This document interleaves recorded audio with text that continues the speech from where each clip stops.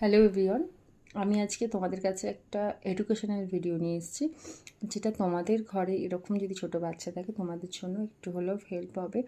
তো বাবি এখন পড়ে প্লে গ্রুপে। তো আমি বাবিকে প্লে গ্রুপে তো তোমরা জানোই যে সমস্ত রকম কালার্স, শেপ, নাম্বার, অ্যালফাবেট এগুলোই চেনানো হয়।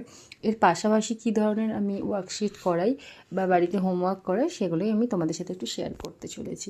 তো দেখো, এখানে হচ্ছে কালার ম্যাচিং করা। কালারগুলো তো এমনি যখন চিনে যাবেই আস্তে আস্তে, বা প্রথম থেকেই দিতে পারো। এগুলো যত প্র্যাকটিস করবে তার মাধ্যমে কিন্তু ওর স্কিলটা আরও বেশি ভালো হবে, আরও বেশি ডেভেলপমেন্ট হবে, গ্রো করবে।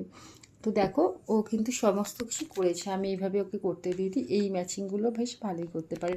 এরকম কালার দিয়ে বা কোনো রকম পিকচার এঁকেও দেওয়া যেতে পারে, পিকচারের সঙ্গে ম্যাচিং করতে দেওয়া যেতে পারে। কিন্তু এদিকে দেখো নাম্বারগুলো 1 2 3 4 5 6 করে লাইন ট্রেস করলে কিন্তু হ্যান্ডরাইটিং একটা সময় ভীষণ ভালো হয়ে যাবে। তাই এগুলো করানোটা খুব জরুরি।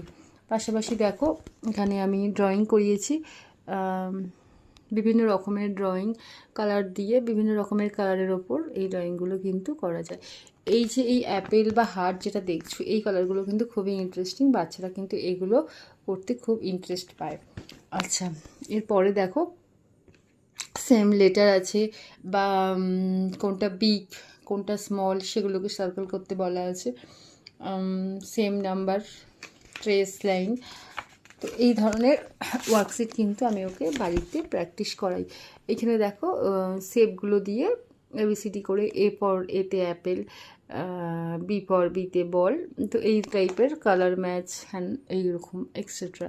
তো এই ধরনের এগুলো কিন্তু বাচ্চাদের আমরা করালে ওদের জন্য ডেভেলপমেন্টটা ভীষণ ভালো হবে। নেক্সট আরও যদি আমি যেগুলো করাবো সেগুলো নেক্সট ভিডিওতে তোমাদের সাথে শেয়ার করব।